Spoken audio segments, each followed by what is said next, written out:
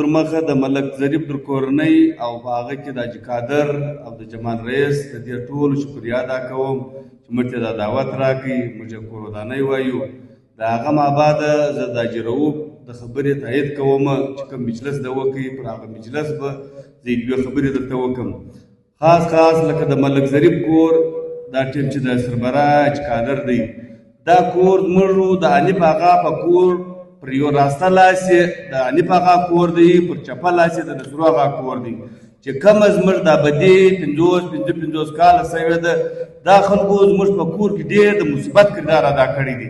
حتی د هغه وخت څخه در ننه پورې نه دی د مفاد خبره کې کړې ده، نه د شیطانت خبره کې کړې ده، نه د شاغره د ګټه و هغه خبره کې کړي.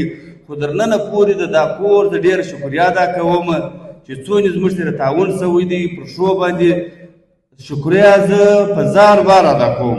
دا کور زموږ سره په حتی د رؤوف آغا په کور کې، زموږ په کور کې د خپل وسو د مثبت کردار یې ډېر ادا کړی دی.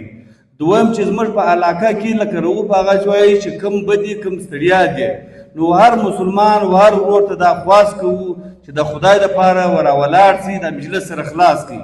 نن سره خلاصیږي، سار نو چې سره ویشتلي سر مړی او ته زه نانوا دیدله راغلم، زه خواست درته کوم نو هغه ورځ مه ورځه بیا نن خواست دی، نن ورته ورته کښېنه، ور سید ور خان ور ملک ته دا خواست کوم چې سار دی سره مړي او ته روان یې پر جنازه باندې یوارې د ده هغه غم دی، بیا نور غم تور تازه کوې چې وروره ستا مړی دی خدای وبخښي.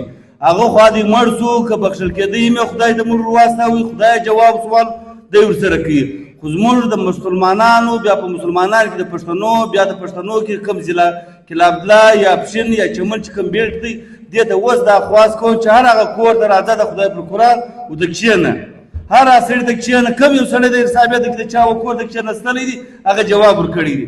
زه ورغلم پلانې نه کوله.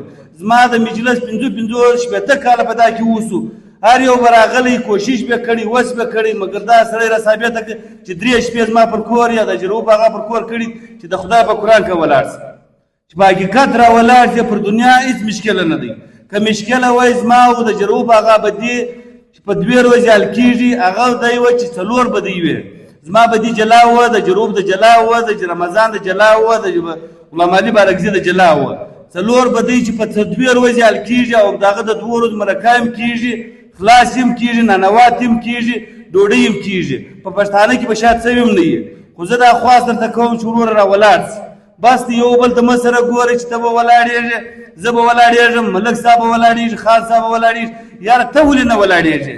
که ته د مسلمانۍ دعوه کوې ته هم را ولاړ سه، که ته نه کوې د مسلمانۍ دعوه بیا مه وایه چې وروره دا ظلم وسو، ناجایزه وسو، سړی خوږ سو. بس بیا مه پاتاله ورځه، مې دعا ورته کوه، مه سلام ورته کوه.